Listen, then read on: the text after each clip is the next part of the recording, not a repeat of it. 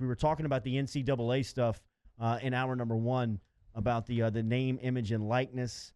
As the governing body says, it supports the proposal to allow college athletes to sign endorsement contracts. There's a college football one-time transfer rule that was met on yesterday by the NCAA Board of Directors that recommended against voting to adopt the one-time transfer exemption for all sports proposed earlier this year. Makes sense to me.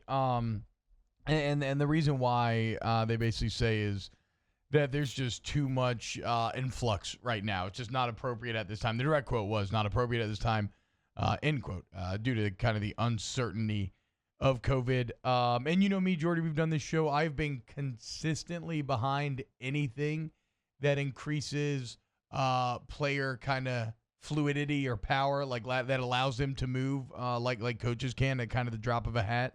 And so while I do support this, I do agree that it's a bit too wild out there to be adding this kind of rule into the mix, because there are some parameters that have to be laid down and some kind of potential problems that have to be figured out. Well, I mean, and it shows the unguided direction that the NCAA is really on. You know, because everything is so reactionary at this point. I mean, you hear one stance of that they're not going to budge, they're not going to change, and there's some type of state bill that's passed, and they react to it, right? Just a couple of weeks back, you hear them talking about the name, image, and likeness stuff, that it was kind of moving forward. There was things that were being figured out. Then you see the third 5-star basketball player. And while I agree with Hunt that it's not going to kill college basketball, and LSU basketball fans are not going to care whether or not Zion Williamson is playing for Duke in cheering for their team. But the NCAA is going to pay attention to that, because if Zion Williamson's not playing for Duke, who was marketed around the 2018 NCAA tournament more than Zion and Duke? Also, what sport relies on superstars for marketing more than basketball does? And what's the NCAA's biggest lottery ticket of the year? March Madness. Yeah. The big dance. So while, look, it's not going to kill the game, it's going to water down some of the stars and some of the guys that you can promote on the marquee. And I think that's what got the NCAA's attention. That's what forced them to put out some statement of unguided direction again, saying that, yeah, we support it. We would urge our governing body to support a proposal that allows college student athletes to sign endorsements. Well, how are y'all going to do it? Well, we don't know yet. When do you want to do it? Maybe by 2021?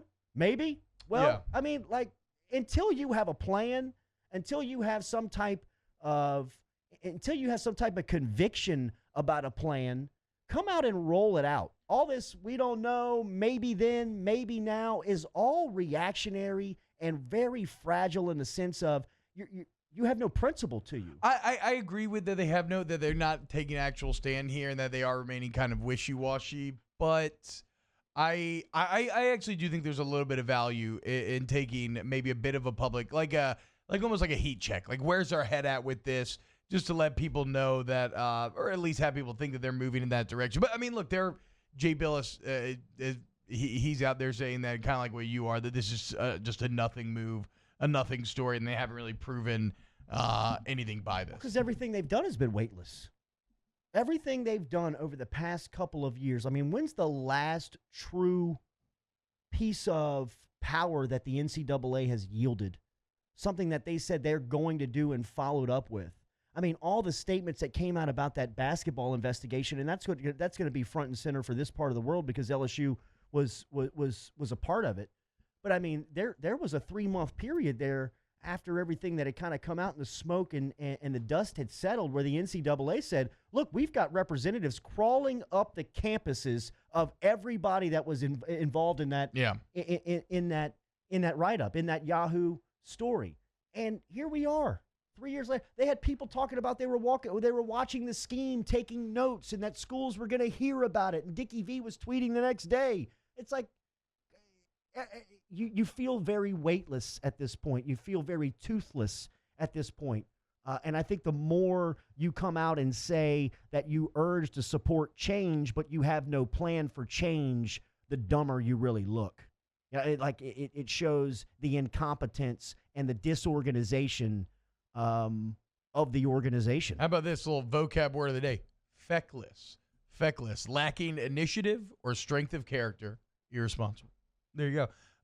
So, look, with the name, image, and like stuff, like we said, there's still a lot to figure out there. As far as the one-time transfer rule goes, the main problem that a lot of coaches have brought up, and that does make a lot of sense, is that when you're building a roster, like if you don't hit on a guy out of high school, you then recruit other people to take that guy's position. It's not like that spot just stays open, right? So you have to account. You don't leave. There's not a ton of open spots to go around just because coaches have to protect themselves. They can't count on guys transferring in all the time, and it's impossible to know who will or who won't. So they have to build their roster as they see fit.